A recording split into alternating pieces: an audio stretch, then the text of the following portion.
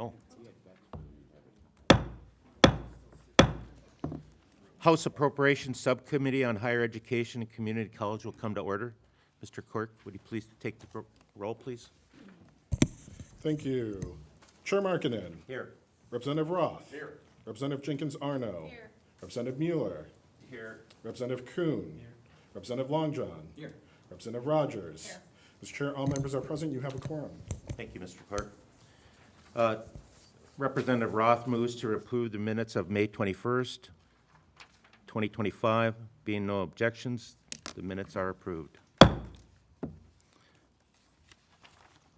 We'll deal with the MyLeap budget adoption. Chair Representative Jenkins-Arnold moves to adopt the House substitute for HB 4578 H1 2025-26 MyLeap Appropriations Bill. Will the clerk please call the roll? Thank you. On the motion to adopt the H1 substitute for House Bill 4578, Chair Markkinen. Yes. Representative Roth. Yes. Representative Jenkins-Arno. Yes. Representative Kuhn. Yes. Representative Mueller. Yes. Representative Longjohn. Pass. Representative Rogers. No. Mr. Chair, you have 5 yeses, 1 no, 1 pass. The motion is adopted. Thank you, Mr. Clerk. Now we'll have a presentation by Noel Benson and Perry Silak, the House Fiscal Agency, give us an oversight of the contents of the bill. Thank you both.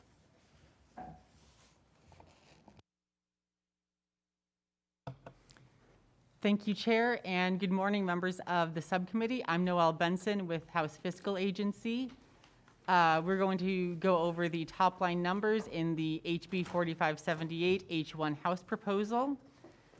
So right now, if you look at the top of your summary, you will see that there is a $3.5 million overall gross decrease in the proposal versus 25 year-to-date numbers, for a total of $640.5 million in the budget. This is a 0.5% decrease from year-to-date. This includes a $46.4 million general fund increase and a $49.9 million federal decrease. In addition, there is a decline of 62 FTEs from 343 to 281 in the proposal. This is an 18.1% decrease. Looking through the major changes in the budget, you'll see in the top line here, we have a $44.3 million increase for child development and care caseload costs. This is an adjustment from May CREC. Overall, this is a $93 million general fund increase, along with a $48.7 million federal decrease.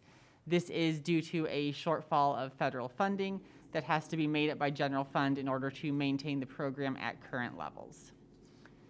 In item number 2, you will see some department adjustments. This totals $5.5 million, $4.3 million general fund, and reduces the authorization for 28 FTE positions, information technology cuts, as well as child care licensing and regulation cuts.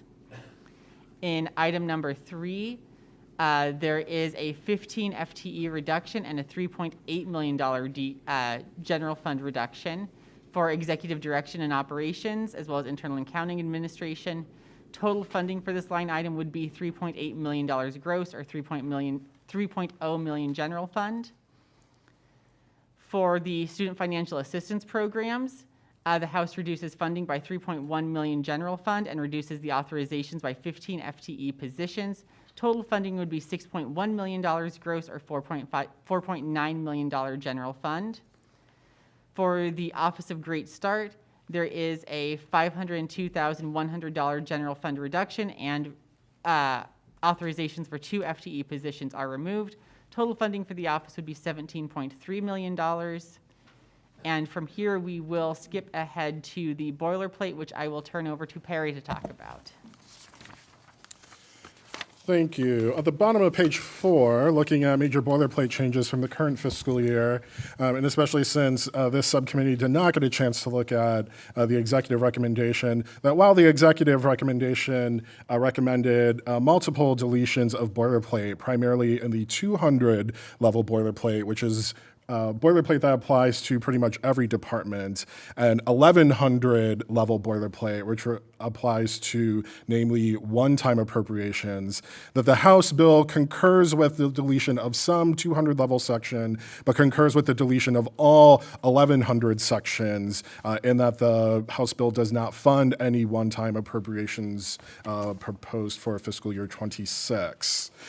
Moving on to page 5, I'll point out at the bottom of page 5 concerning section 224, where the House adds language listing the pension and retiree healthcare legacy costs for the department. On page 6, I'll highlight section 225, where the House adds language that requires MyLeap to report on any amounts of severance pay for high-ranking department officials within 14 days of an agreement being reached. Section 226 concerns in-person and remote work, where the House adds language that requires MyLeap to prioritize in-person work for 5 days a week and requires employees that have field work to first report into the office. Section 227 concerns department grant transparency, where the House adds language that requires the department to follow a set of conditions when awarding grant funding and requires a quarterly report on that grant funding. Section 228 is new language that requires MyLeap to condition all contractors and subcontractors to the use of the federal E-Verify system. Section 229, the House adds new language that restricts MyLeap from using any state or federal funds on services, grants, or programmings for any non-citizen unless that non-citizen is a qualified alien, or if those funds are used to restrain the non-citizen in jails or correctional facilities. Section 232, the House adds language that requires MyLeap to report on various information related to third-party funds received and expended by the department in the previous fiscal year. Section 223, the House adds language that restricts MyLeap from using any funds on diversity, equity, and inclusion or DEI programs. Section 301, the House adds new language that restricts MyLeap from using pronouns in email signatures, business cards, and departmental letterhead, and subjects the department to a $100 fine for each violation that can be pursued by residents in the Michigan Court of Claims. On page 7, concerning section 1002, the House concurs with a number of executive revisions here, but deletes language that allows MyLeap to use federal funds that are at risk of lapsing upon approval of the state budget director. Section 1003, the House concurs with the executive in adding new reporting requirements on funding appropriated to contracts for the Early Childhood Comprehensive Systems Planning. Section 1030, concerning the administration of the TRISHARE program, the House concurs with the executive on creating benchmarks for regional hubs and adds language that allows the funds to be used for families who live in Wisconsin but have one family member employed in Michigan. And in the interest of time, I will skip over the rest, and we'll certainly, Noel and I will be happy to answer any questions that members may have. Representative Rogers. Thank you. This question is probably more policy and philosophically related, not a technical, so it's directed to the chair. Why would we not include funding to comply with federal changes that were recently instated for the Child Development and Care Program? Because in my view, and I think in a lot of our districts, there's a lot of issues with lack of child care supports for our workforce. So I just wondered if you could touch on that. Well, I think, we're still going to negotiate with the Senate and the governor, and I think that's an issue that we can look at. Thank you. Yep. All right. Representative Kuhn moves to move the House substitute for HB 4578 H1 with recommendation that it pass. Will the clerk please call the roll? Yes, on the motion to report the H1 substitute for House Bill 4578. Chair Markkinen. Yes. Representative Roth. Yes. Representative Jenkins Arno. Yes. Representative Mueller. Yes. Representative Kuhn. Yes. Representative Longjohn. No. Representative Rogers. No. Mr. Chair, you have 5 yeses, 2 noes. The bill is reported. Thank you, Mr. Chair. Next, we'll move on to community colleges. Representative Roth moves to adopt the House substitute for HB 4579 H1, Community College Appropriation Bill. Will the clerk please call the roll? Thank you. On the motion to adopt the H1 substitute for House Bill 4579, Chair Markkinen. Yes. Representative Roth. Yes. Representative Jenkins Arno. Yes. Representative Mueller. Yes. Representative Kuhn. Representative Longjohn. No. Representative Rogers. No. Mr. Chair, you have 5 yeas, 2 nays. The substitute is adopted. Thank you, Mr. Chair. And, Mr. Zilak will give us a overview of the contents of the bill.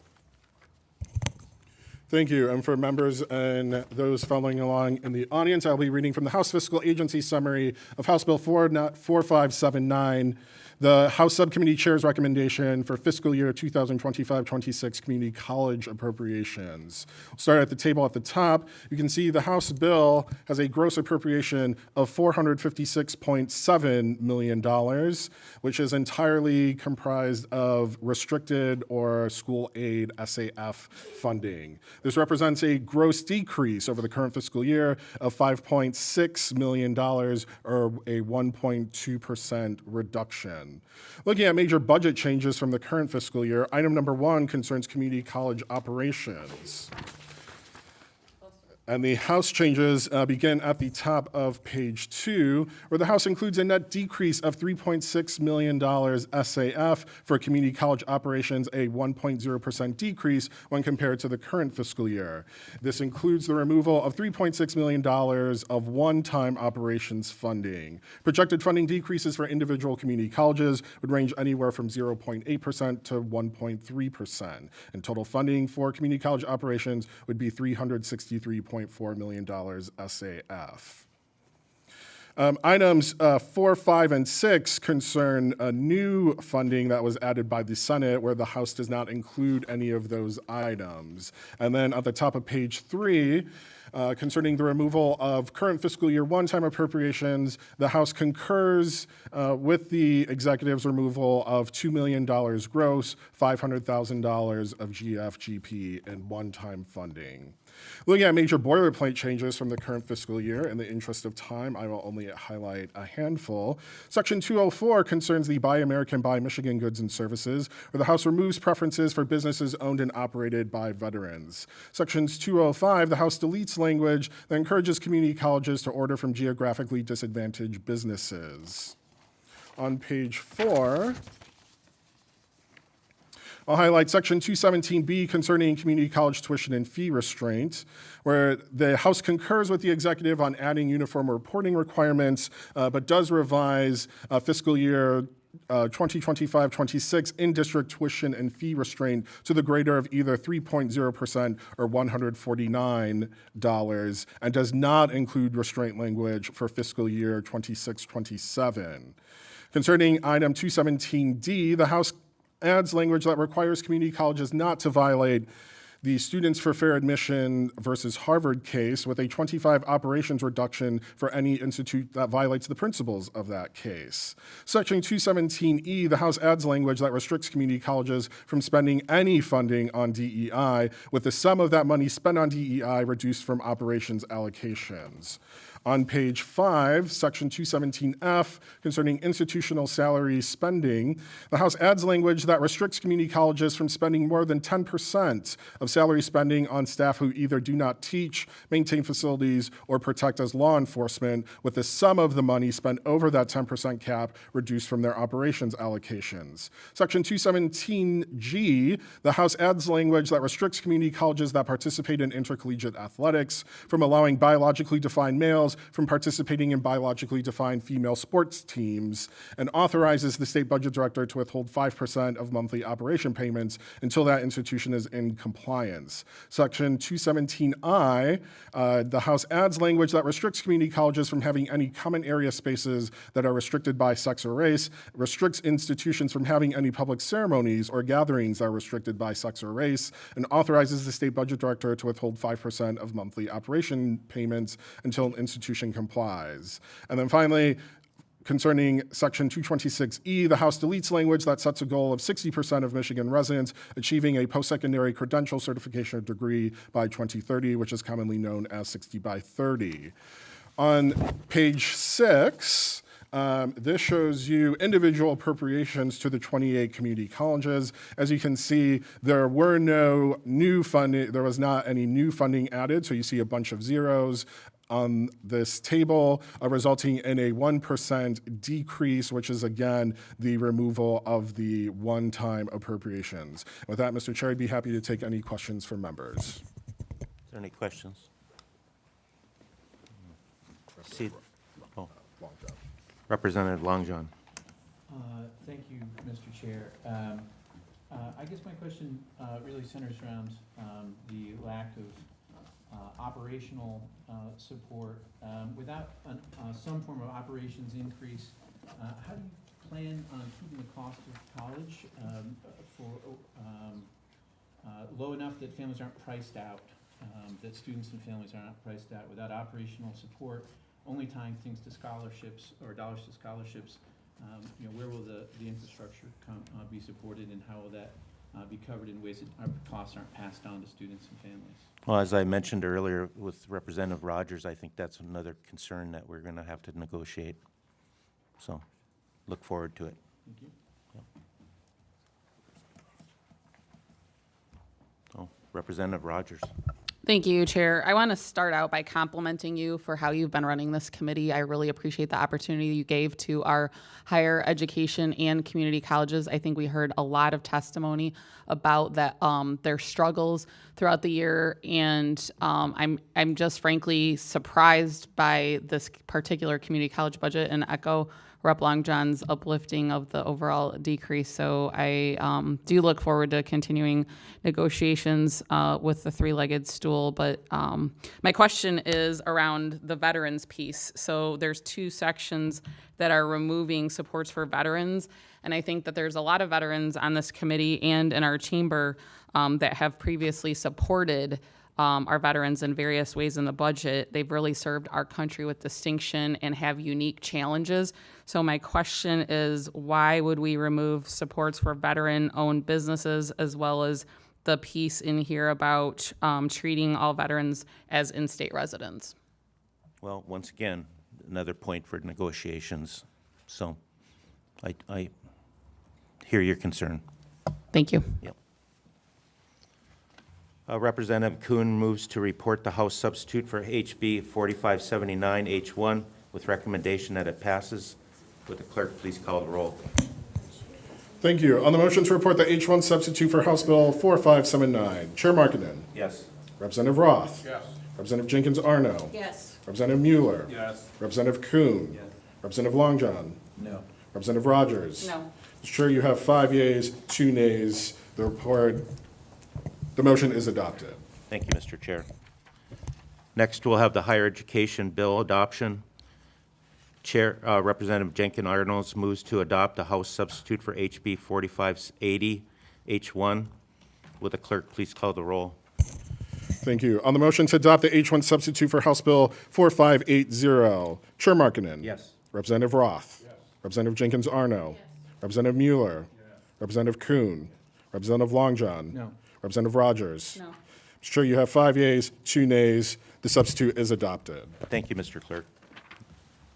Mr. Perry will, from House Fiscal, will give an overview of the contents of the bill. Thank you, and I'll be reading from the House Fiscal Agency summary of House Bill 4580, the House Subcommittee Chair's recommendation for fiscal year 2025-26 higher education appropriations. And right off the bat, I will apologize in that the House numbers do slightly differ from what's in the House bill. So the summary document shows a gross appropriation of the House bill of $2,403.6 million. That number should actually be $2,400.8 million gross.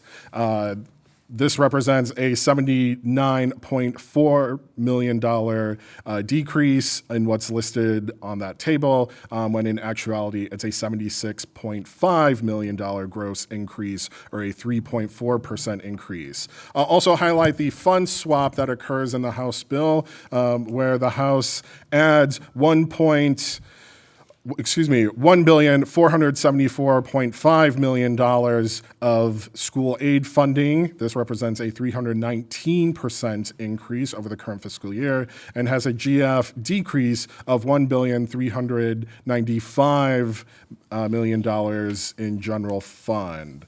Looking at item number 1 concerning university operations and appropriations, I'll actually turn to page 2 to start talking about the House changes. Here, the House includes a net decrease of $828.1 million gross, or a $1.2 billion general fund reduction for university appropriations, a 49.2% decrease when compared to current fiscal year operations. These changes include the removal of all $1.65 billion gross of ongoing operation grants for universities, $828.1 million gross increase of appropriations for campus investment funds, which are limited to expenditures related to infrastructure, technology, equipment, maintenance, safety, and capital debt reduction. The distribution of campus investment funds is based on fiscal year 24 resident fiscal year equated students, otherwise known as full-time students. There are also restrictions on institutions with an endowment between $1 billion and $5 billion would lose 50% of these funds, which would impact Michigan State University. Institutions with an endowment between $5 billion and $10 billion would lose 65% of their campus investment funds. And then institutions with an endowment above $10 billion would lose 75% of their funds, which would impact the University of Michigan, Ann Arbor.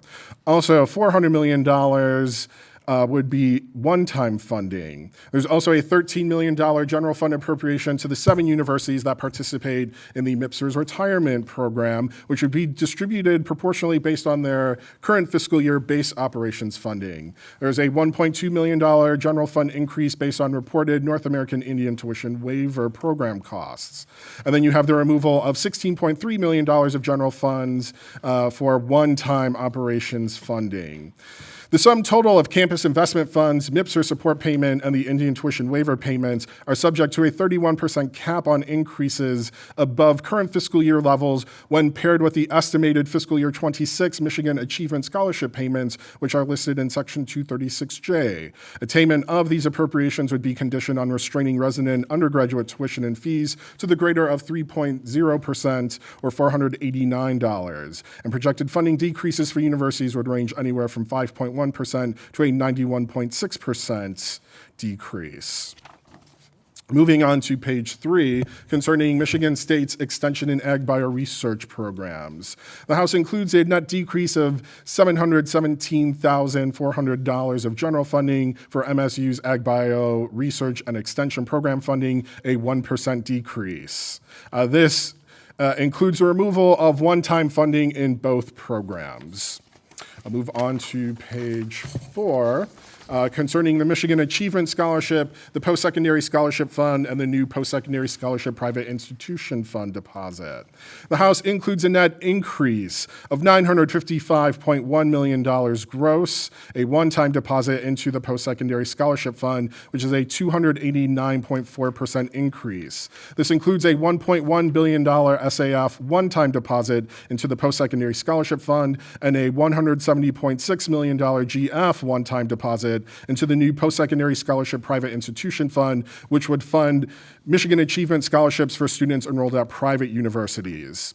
The Michigan Achievement Scholarships would be revised to award up to $5,500 to all resident students attending a 4-year public or private university, and up to $2,750 to resident students attending a community college or tribal institution, regardless of their income level or their high school graduation year. The allocation for awards at students enrolled at public universities are capped at $828.1 million, are capped at $170.6 million for students at private universities, and a $276.4 million cap for students enrolled at community colleges. After a total $1.2 billion gross deposit into both the Post-Secondary Scholarship Fund and the Post-Secondary Scholarship Private Institution Fund, the total funding for the revised Michigan Achievement Scholarships for the upcoming fiscal year would be $1.29 billion restricted. Item number 5 concerns the tuition incentive program, where the House concurs concurs with the executive on increasing funding by $28.5 million, or 30.4% increase. Moving on to page 5, concerning item number 6, with the tuition grant program, the House removes all $41.5 million of general funding for the tuition grant program due to the increased funding and restructuring of the Michigan Achievement Scholarship Program. Item number 7, the House makes a similar change for the Michigan Competitive Scholarship Program, where the House removes $19.9 million of general funding for competitive scholarships, again, due to the increased funding and restructuring of the Michigan Achievement Scholarship Program. Item number 8, the House removes all $2.7 million of general funding for the King Chavez Park series of programs. And then moving on to page 6, concerning items number 17 and 18, the House removes these one-time items, which would total $13.0 million gross, or $3 million of general funding. Moving on to boilerplate changes from the current fiscal year on page 7, I'll highlight section 236B concerning the Campus Investment Fund appropriation detail. The House adds language that details the use of those campus investment funds, which, as stated earlier, include spending on infrastructure, technology, equipment, maintenance, safety, and capital debt reduction. It specifies the formula used to determine funding, which was based on resident fiscal year equated students, or FYES, the reductions for institutions that have endowments above $1 billion. And again, overall allocations would be subject to that 31% cap on increases over the current fiscal year, with the remaining funding redistributed using an iterative process. Section 236J concerning the Post-Secondary Scholarship Fund, the House revises language to include a $1.1 billion SAF one-time deposit into the fund for fiscal year 26, sets a cap of $3 million for marketing, and again, sets those sector caps of $828.1 million, $276.4 million for public universities and community colleges, respectively. Section 236, the House adds language creating the new post-secondary scholarship private institution fund, which again would be used to fund the $170.6 million of funds for students attending private institutions. Moving on to page 8. I'll highlight section 241C concerning university tuition fee restraints. Again, while the House concurs with the executive on some language around transfer requirements, the House does revise fiscal year 26 resident tuition and fee increases to 3.0% or $489, whichever is greater, in order to receive their campus investment funds. Similar to community colleges, item number 241F, the House adds language that requires public universities not to violate Students for Fair Admissions versus Harvard, with a 25% campus investment fund reduction for any institution that violates the principles of the case. 241G, the House adds language that restricts public universities from spending any funding on DEI, with the amount of that funding spent on DEI reduced from their campus investment fund allocation. Section 241H, the House adds language that restricts public universities from spending more than 10% of their salary spending on staff who do not teach, maintain facilities, or protect as law enforcement, with half of the money spent over the cap reduced from campus investment funds. On the top of page 9, section 241I, the House adds language that restricts public universities that participate in intercollegiate athletics from allowing biologically defined males from participating in biologically defined female sports teams, and again allows the state budget director to withhold 5% of monthly campus investment fund payments until an institution is in compliance. Section 241L, the House adds language that restricts public universities from having any common area spaces that are restricted by sex or race, restricts institutions from having any public ceremonies or gatherings that are restricted by sex or race, and authorizes the state budget director to withhold 5% of monthly campus investment fund payments until they are in compliance. For Section 248, concerning the Michigan Achievement Scholarship Program revisions. The House revises program eligibility by removing the income-based restrictions and the earning of a high school diploma or equivalency certificate in 2023 or after, which would open the program to all Michigan residents who either have a high school diploma or equivalency certificate. It lowers the number of award year eligibility from 5 years to 4 for four-year programs and from 3 years to 2 years for community colleges. It also defines a full-time student as someone who takes at least 15 credit hours in an academic semester and at least 30 credit hours in an academic year. It also specifies that the award can only be used for full-time students who have not previously earned a baccalaureate degree, and revises the community college award to a last dollar tuition and fees minus gift aid, or $2,750, whichever is less. Section 248A concerns the private training program piece of the Michigan Achievement Scholarship, where the House revises language to increase that award from $2,000 to $5,500, and also removes the program restriction of earning a high school diploma or equivalency certificate in 2023 or after. Section 251 and 252, the House deletes boilerplate concerning the Michigan Competitive Scholarship Program and the Tuition Grant Program, and that funding for those two scholarships were removed. Moving on to page 10, I'll highlight section 275 concerning university veteran policies. The House deletes language that states universities should consider all veterans as in-state residents for determining tuition and fees. Section 275J, the House deletes language that sets that 60 by 30 goal to earn a post-secondary credential, certification, or degree. Page 11, sections 276 through 278 all relate to the King Chavez Park series of programs, and since funding for those programs are eliminated, all the associated boilerplate for KCP has also been deleted. And then finally, the table on page 12 shows you current appropriations and estimated allocations. So the column on the far left shows the current operations appropriations. If you were to add up the three gray columns for the MIPSR support payments, the campus investment fund allocation, and the Indian tuition waiver payments, that would get you the first boxed column, which is direct appropriations to universities of $855.7 million, or a 49.2% decrease.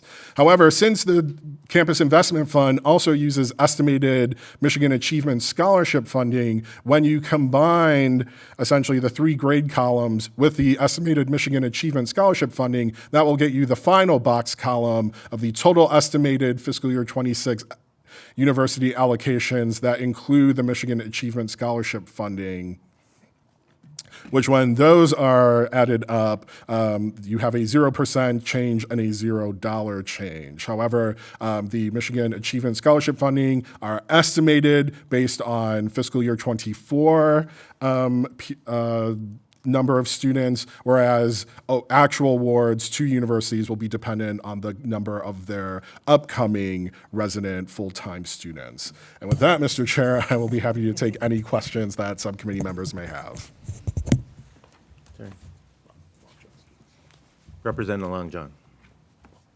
Thank you, Mr. Chair. I have a couple questions, but first, do want to note that it was only when we arrived in this room that we saw that the House Fiscal Analysis numbers don't match with the bill. So, that was in the first sentence of the bill. It's hard to know in a complex piece of appropriations language here whether where those differences are and what we're even voting on. So that's concerning, and I appreciate Perry's note that was an HFA mistake, but still it puts us at a disadvantage to really make an informed vote today. With that being said, I do have a couple questions. Number one, I'm wondering if you can please address whether we know how long funding for the scholarships in this new strategy would even be available. This is one-time funding. How long, can students, families, people across the state expect for this kind of innovation to be sustained? Well, it's a good question, and thank you. I think time will tell but I think we're optimistic with that funding. I think we're very generous with scholarship money. We want to promote Michigan students and Michigan institutions, both community colleges and universities. And I think that this budget does that. But of course, we're going to negotiate, so. Yeah. Thank you. Next question that I have is related to the Midwestern Higher Education Compact. I am new, but I know that the majority of members serving in the House voted just last year to extend the sunset on this. Why are we cutting this for dues that we would need to continue to participate in the compact? Well, then again, that will be open for negotiations, and I am a member, so, Fair. yeah. My final question is just related to the magnitude of cuts to some of our flagship research universities. I'm wondering just how the thinking aligns with our need across the state, families, institutions, employers, and our whole country to compete with China. Any thoughts you could share on how this aligns with values, knowing and priorities, knowing that our budget are a value statement? Well, you know yourself that the revenue projections they weren't dismal, but they weren't that bad either. I mean, there's a point where we have to make some hard decisions, and we want to, like I said, we want to focus on Michigan students and Michigan institutions. There is a bright, shining star, and then we do have additional R1 institution in Michigan now, which I think is important. I think it sends a message to the rest of the world and to the other institutions around the other 49 states that, Michigan is out there, and we want to bring Michigan back. So, Thank you, Mr. Chair. Those are my only questions. Representative Rogers. Thank you. Yes, you know how I feel about those R1 institutions. So again, Yes, I do. Congratulations, and let's fund them. So my question is, why philosophically did we change? Did you and House Republicans, or the people that put this budget together, decide to change the definition of a full-time student? So traditionally, for many, many, many years, a full-time student was considered 12 credits. This specifically says it must be 15 credits, and I just ask that again because there's a lot of different situations. People may have a medical emergency, or they may have a child that they, may plan for, maybe didn't. But life happens, and there may be different course loads that they can take. And so that does seem a little bit burdensome in a time where students are facing a lot of different stressors. Well, thank you for that question. I think that is a point to negotiate. The 15 credits, but some of the internship programs now are additional credits. It used to be just 1 credit. Now some of them are 4 or 5 credits. So, we will negotiate. Thank you. Yeah, thank you. We have a couple cards to read in. Sean Hammond, University of Michigan, doesn't wish to speak but opposes the bill. Katie John from MSU doesn't wish to speak, opposes the bill. And Katie John, MSU Extension and Ag, does not wish to speak but opposes the bill. Representative Roth moves to report the House substitute for HB 4580 H1 with recommendations that it pass. Mr. Clerk, will you call the roll? Thank you. On the motion to report the H1 substitute for House Bill 4580, Chair Marketing. Yes. Representative Roth. Yes. Representative Jenkins-Arno. Yes. Representative Mueller. Yes. Representative Kuhn. Yes. Representative Longjohn. No. Representative Rogers. No. Mr. Chair, you have 5 yeas, 2 nays. The H1 substitute is reported. Thank you, Mr. Chair. Seeing no further business in front of this committee, we are adjourned.